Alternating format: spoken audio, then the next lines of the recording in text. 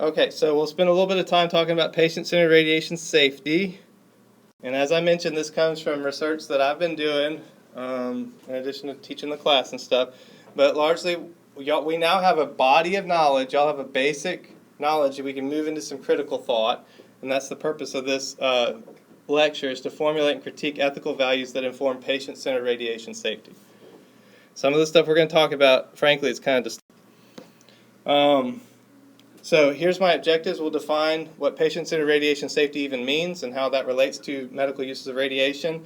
We'll discuss the development of these ethical considerations, describe some common terminology related to it, and then explain the role of the patient in policies and regulations.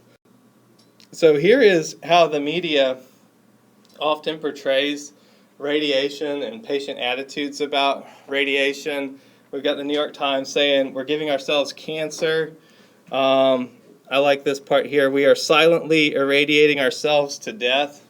That's interesting because my CT scanner makes a beep sound every time that I turn it on, but apparently they think that it's silent. Here's the Consumer Reports with the shocking, surprising dangers of CT and X-ray. We're all shocked by the fact that this stuff causes problems, right? You should be shocked too. But the question that I think comes out of these media reports is, what do your patients think and feel about their radiation exposure? But the answer to this question is going to be very, very diverse, as we've already said. So let's get some basic terminology that will be helpful for us in thinking about this stuff. I'm not going to be speaking directly to the quiz, but there's some stuff in the quiz that I really do want to highlight. Especially as it relates to things like autonomy as well as risk and beneficence, okay? But autonomy is just the ability to act independent of external pressures. So typically in the professional sciences, when we talk about autonomy, historically we talked about physician autonomy or professional autonomy. But what I'm trying to make a case for is patient autonomy. That when we look at a hierarchy of decision making, at the top of that hierarchy is the patient, not the physician. The patient is at the top of that hierarchy. And so that's a fairly disruptive thing that I'm saying right now, and I recognize that. So I need to make a good case for that. But the reason for it goes back to this other term, beneficence. And the beneficence means enabling or promoting the good of others. Now there's a flip side to that coin of beneficence. It's called non-maleficence. Non-maleficence means to do no harm, right? So when the Hippocratic Oath says that I will help or in any case do no harm, those two things are the two-sided coins of medicine as we apply it today. Beneficence, I will do good, or at least I will do no harm, non-maleficence, right? The problem with radiation safety as I see it, and y'all's quiz questions kind of speak to this too, is there was a really important true-false question on there, right? About that radiation can cause some good to the patient, right? Do you remember that question? That is false. Like I think we've adequately demonstrated through the course of this class that there is no safe amount of radiation, right?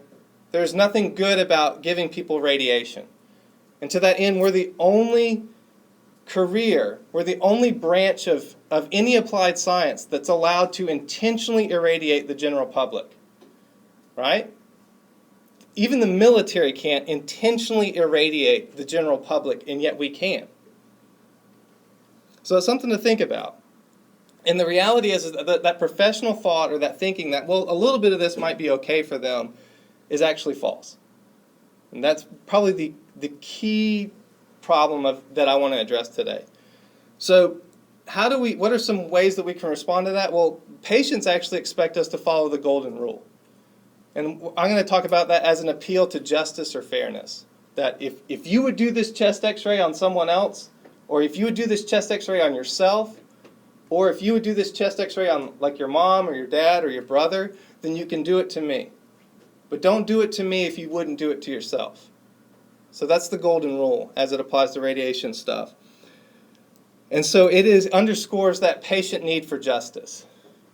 And I would say justice may be the foundational part of how patient-centered radiation safety works. that I'm asking you all to be advocates for patient autonomy, freedom of choice, and justice for the patients, right? And then sometimes we'll use fancy terms like medical legal. That's just clinical decisions that may have legal ramifications. So if I'm asking you to apply something that absolutely has no good about it, right, apart from the benefits of diagnosis, to the patient care, we need to think about legal ramifications of that.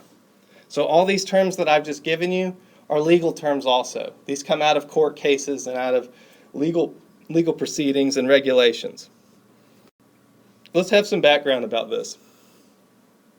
So we have a lot of scientific data, and that's what we spent most of our time in this class talking about, the scientific data related to radiation biology, radiation protection. And here's some figures that are significant. So 280,000 people that were studied out of the Hiroshima and Nagasaki nuclear bombs tests, and those were exposures to the general public from everything like something like a chest x-ray well up to doses that would kill people, right? Acute radiation exposures. So we have a huge amount of data related to radiation exposure to the general public. We've also got a huge amount of data related to radiation exposure to people working in the field. So you and me, people who are professionally engaged with radiation. We have 3 studies. We have only 3 studies asking patients what they think about radiation use. That should be kind of shocking, right? I mean, we've had this stuff for over 100 years now, and all we've got is 3 studies where we went out and took the time to like ask someone who just had a whole brain treatment, how do you feel about the whole brain radiation treatment that you just had? Would you recommend that to someone else who might have to have whole brain radiation treatments?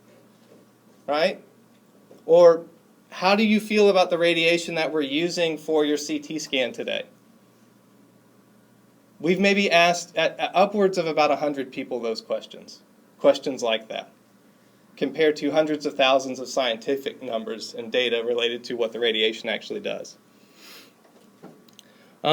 This is because there's a number of ethical concerns related to the public's understanding of the medical use of radiation. And so, like Ms. Clay indicated, there's some disinformation and even secrecy related to the history of the use of this stuff. So, for example, here in the great state of Tennessee, we had Oak Ridge, which was a secret city of 70,000 people living and working with weapons-grade plutonium. No one in Knoxville knew what they were doing. No one, except for maybe a few people in Nashville, knew what was happening, like senators and stuff, knew what was happening in their own state, while the federal government built a massive secret city and proceeded to create weapons-grade plutonium. That's kind of crazy when you think about it. There's actually 5 secret cities in the United States of America. According to our estimates, there's over 20 secret cities in the former USSR. So in Russia, secret cities all over the place. In fact, Chernobyl was a secret city until the thing blew up, right? So this is problematized by the realization of how do we get informed consent from our patients, right? And so what we have is the Human Radiation Experiments, which was published, I think, in 1996 by a research committee that was appointed by President Bill Clinton, William J. Clinton, tasked these people with figuring out what exactly had we been doing in secret to our own citizens from about 1940-something to 1973, right? In secret, we had been injecting children with radioactive waste. We'd been feeding cancer patients uranium. We did some crazy stuff, and we did it in secret. So 1944 to 1974.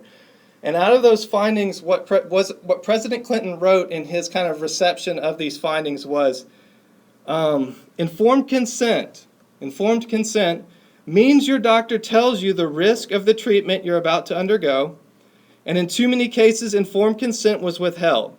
Americans were kept in the dark about the effects of what was being done to them. Now, I'm guilty of this too, right? Every time I've done an x-ray on someone, every time I've done a CT scan on someone and not told them, hey, you know there's long-term risks that you could develop cancer from the radiation exposure I'm about to give you. Right? I was party to this as well. If you've ever done any exams or any treatments without explaining it to your patients, well, guess what? You are party to it also.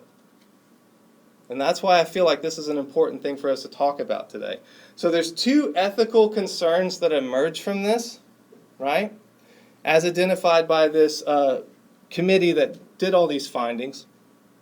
And they are promote the welfare of others and respect patient self-determination. Now, patient self-determination is just another word for patient autonomy, right? We could use determination or autonomy interchangeably. So nowhere on here does it say promote the welfare of physicians or promote the welfare of x-ray techs. It says promote the welfare of others, and also says respect what? Patient autonomy, not physician autonomy, right? Not my agenda as an x-ray tech. So let's talk about some of the implications of that. Now, first of all, the one big implication of this is what we would call moral convergence. Now, what that means is different ethical traditions, different religions, different ways of thinking and philosophies might say, okay, public welfare is number one and patient autonomy is number two. Or someone else might say, no, patient autonomy is number one and public welfare is number two, right? Depending on your thoughts and your philosophy. Now, so how could we as the government or as regulating bodies or as individuals say, no, this is the way it is, while at the same time respecting either one of those things? And that's solved by what we would call moral convergence. And the idea is that as these principles rise, like as I continue to promote public welfare and as I continue to promote patient autonomy, they will converge on some single system. They'll converge on some single way of doing both those things. The other implications are what I would call professional implications, right? So these have direct bearing on the way that you do your work. So be thinking about what exactly a professional is and how best to define professionalism as it relates to these ethical and moral issues. But within professionalism, largely what we have is an implied social contract. Now, an implied social contract just means that society has said, we don't know what to do about medical radiation. Your profession should take care of what we do with medical radiation.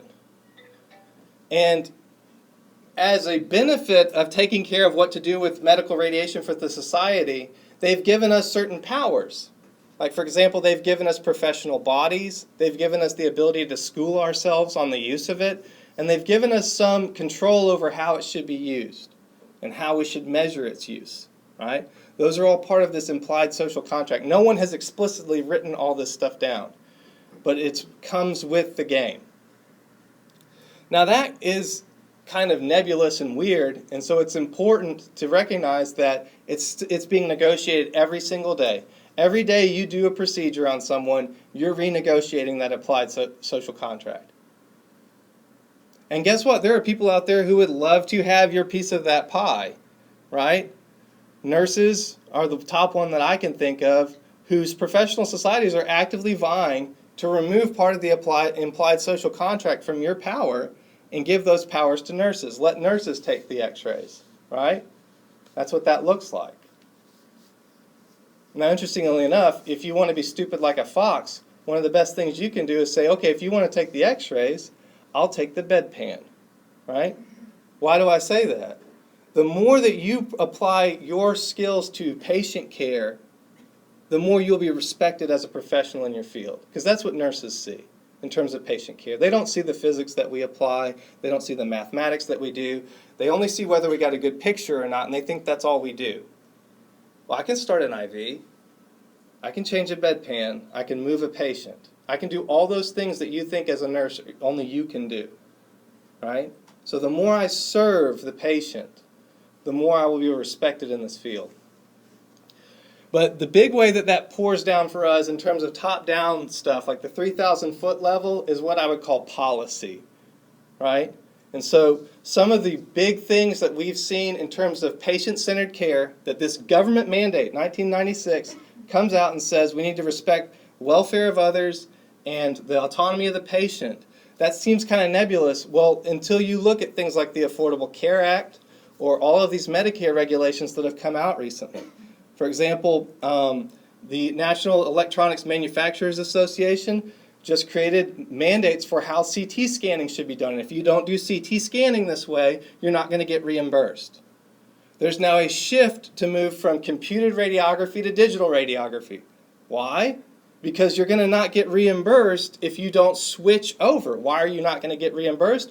Well, because digital radiography does more to decrease patient dose and increase patient autonomy. All of this kind of nebulous stuff, it starts to get really real when you talk about how it affects the bottom line, right?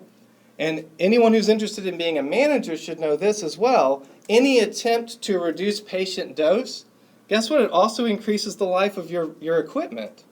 Because the less I use radiation to do what I need to do, the longer that equipment's going to be around doing what it's supposed to do. All right, now all that's kind of confusing, and so it may be helpful to have a model of how to talk about this stuff. And the model I will propose is relational dialectics.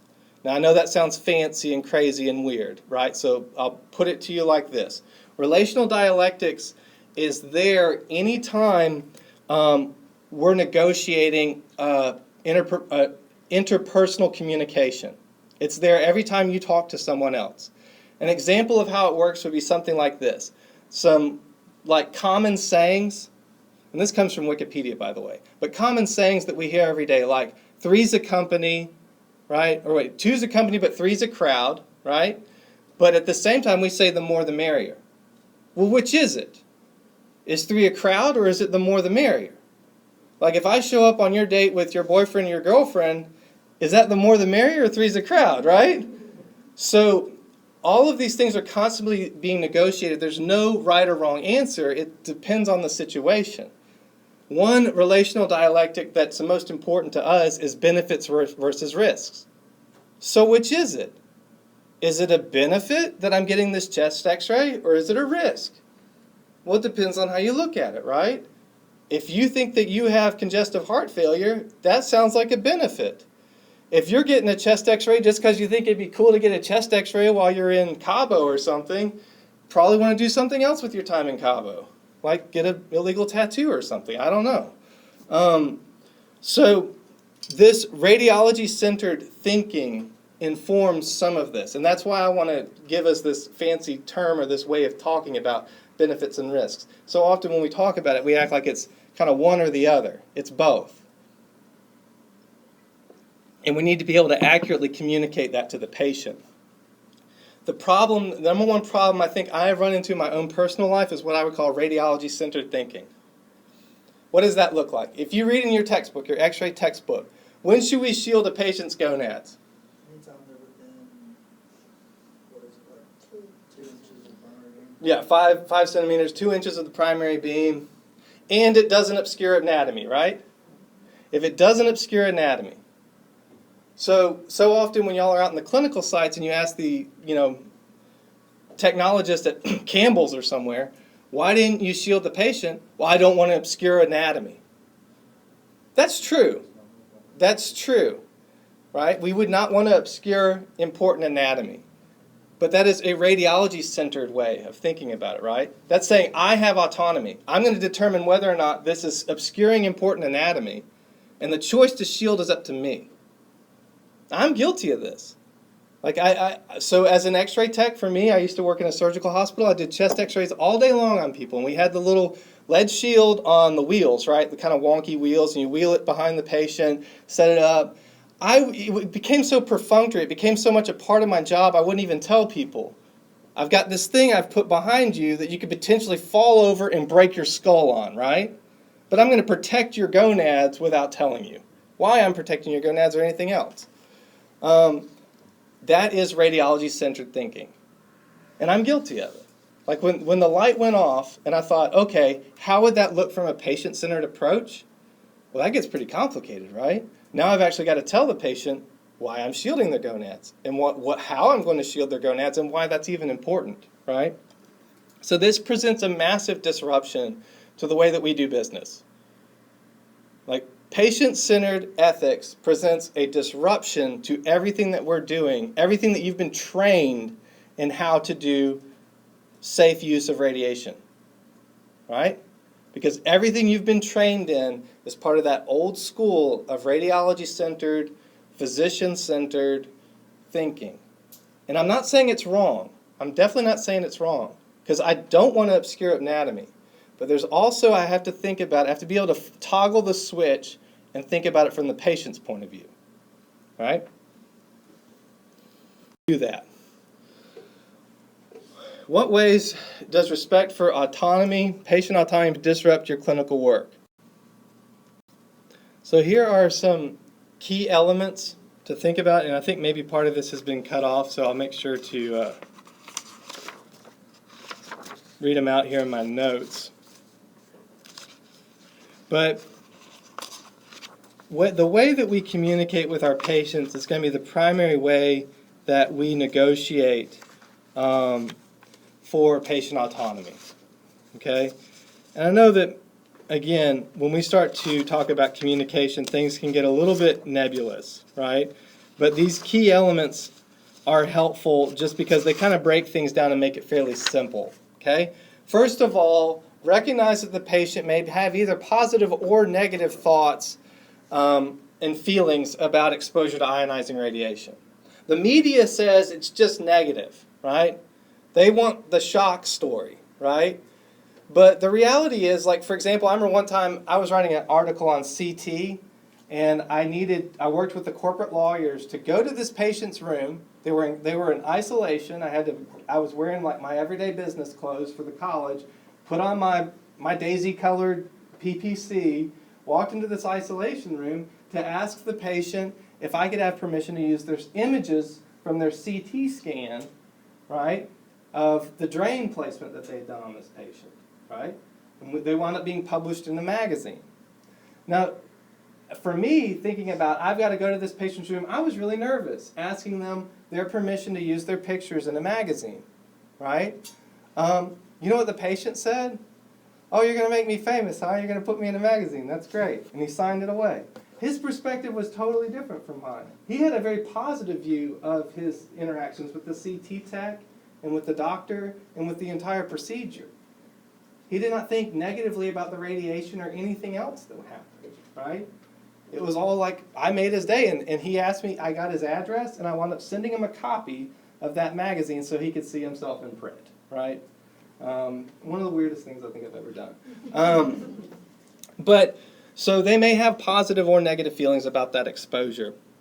We need to inform our patients that the requested procedure requires exposure to ionizing radiation, and that radiation exposure is part of the natural environment, right? That's what we've learned in this class. So that's the first thing the patient should know.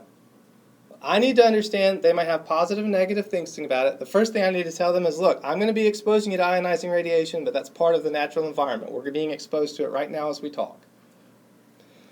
Third, we should communicate briefly about the qualitative amounts with an example that goes to basic, everyday things. So what have we talked about in this class that would help us quantify it? BERT, yeah. BERT, or equating it to travel overseas, things like that. So I need to know approximately what the exposure is, which is it's reported all over the place online, and be able to equate that to something the patient will understand. Now, this needs to be understood too. We have to tell the patients that there is risks related to any ionization exposure. But the way that we talk to them about it is important. We need to put it within a framework of that dialectical model of there's benefits and there's risks to it. Are there risks long-term that you could develop cancer from your CT scan today? Yes, there are. I'm sorry to tell you that there are risks. Are there benefits? Yes, there are. So that's the way we talk about the risks. And then finally, this should be kind of a sigh of relief for you. If the patient has questions about whether or not this is the right exam for them, guess what? You get to pass the buck to the radiologist or the requesting physician. Right? I've done that a lot in my life, and I think it's one of the primary ways that I have negotiated or advocated for patient autonomy is saying, hey, look, you've ordered a CT abdomen on this female. Have we done an ultrasound yet? Are there policies in place where we do an ultrasound first? In fact, Abby Kurtz and some of the folks up on my hallway are trying to advocate for ultrasound first in every case, especially with female patients. So you can be part of that conversation. But at some point, we're going to get the doctor involved.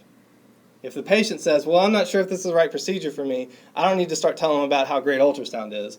I need to refer them back to their ordering physician, or the radiologist can get involved and talk to them about which might be the best procedure for them.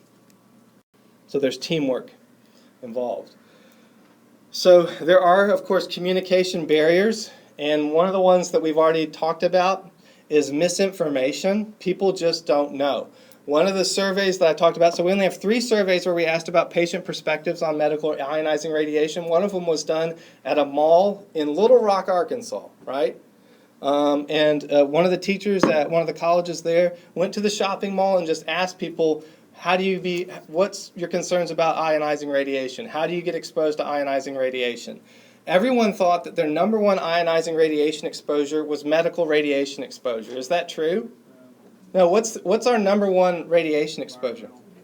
Radon gas, right? So they also asked people, have you had your home tested for radon gas? Guess what? No. So no one knows. There's misinformation out there. Another is heuristics. Heuristics is a fancy word for like the way that we systematize things, right? So as we're thinking through complex problems, we have a tendency to come up with some system that helps us weed through it quickly. So an example of that and what I just talked about was patients have a complex problem. How do you deal with the fact that radiation causes cancer? The bulk of people say, I don't, I'm going to sit here and watch Fox News, right? So every now and then, though, someone might have a hiccup in that algorithm, and they might rethink the way that they think about a complex problem. But we should recognize that our minds naturally have ingrained in them ways to simplify complex problems. And those actually should be questioned quite a bit. Because if we don't question them, we develop biases. Do we know what biases are? Bias is what we're talking about, for example, with that true-false question. We've all been biased about radiation, right? We think that there's something good that can come out of this radiation. All the science says no, there's nothing good that can come out of the radiation, and yet the majority of us in this class checked, true, there's some good that can come out of radiation exposure. Right? That's a bias. It comes out of working around the stuff and developing some comfortability about being around something that's actually quite carcinogenic.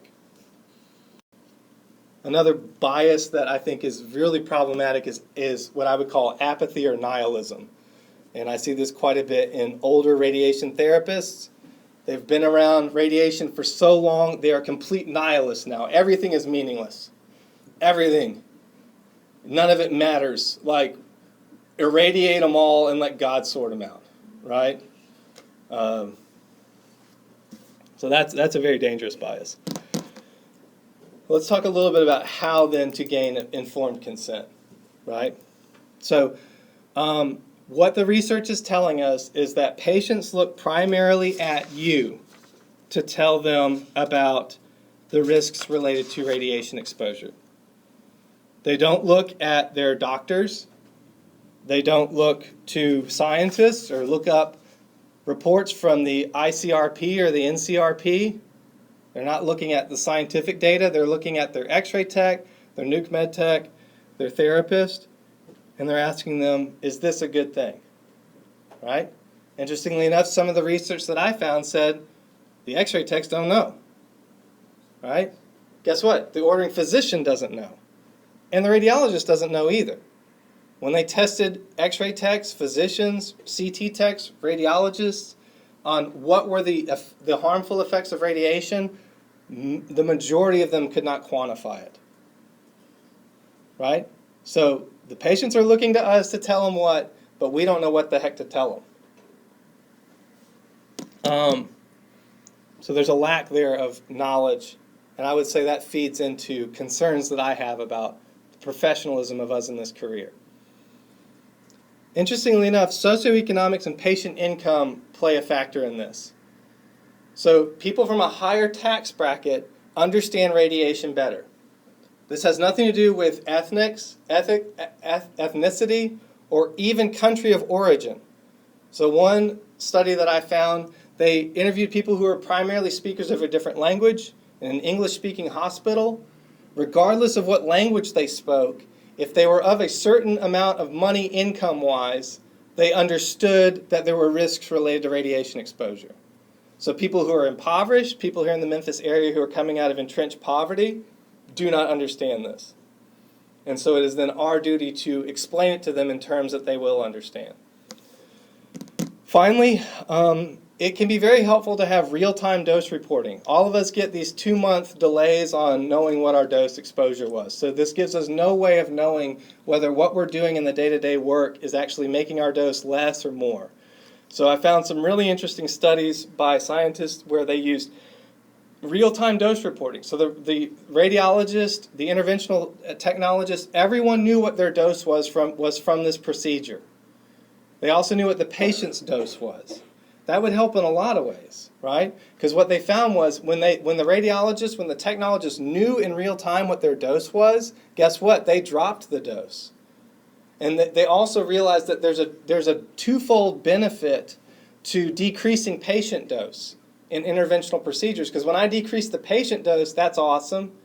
I also decrease my dose, and I decrease my dose from scatter, right? So here is the pragmatic basis that we talked about in our reading, right? And this is largely what our quiz was on. But these are the values that I think we can use to inform ourselves going forward. Number 1, respect for patient autonomy. Number 2, both beneficence and non-maleficence. So doing the most good that we can, doing as little harm. And the ways that those look like is like the ICRP material, which talks about dose optimization and justification. What's the justification for this exam? Justice, in the sense of fairness for the patient. And the patients will talk about the golden rule. When they're talking about fairness, would you do this exam that you're going to do on me, would you do it to yourself? Would you do it to a family member? Prudence and precaution, and there's actually a lack of this in what I've seen in the literature. There's doctors who have entrenched biases saying there's no such thing as there's no problems related to radiation exposures. Just shut up about that and do the exam, right? And so there's a lack of understanding about long-term precautionary things that we need to understand. Solid tumors have like a delay of 20 to 30 years after exposure, and there's no way of knowing for certain what would have caused that tumor. And then honesty. So this would be telling patients there are risks. Being transparent with the patient. In fact, there's risks plus uncertainty. We don't know all of the risks. So this is our final set of slides here. But what is professionalism? Having thought through all this stuff, what does it mean to be a medical imaging or radiation therapy professional?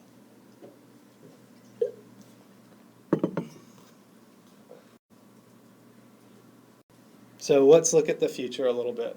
This is that part in the Christmas Carol when Scrooge sees the children want and hunger that come out of the robe of Christmas future. Do you know what I'm talking about? It's terrifying notion of the future of Christmas. I think my favorite Christmas Carol is probably the Bill Murray one, Scrooge. Does anyone see that? It's a good movie. But,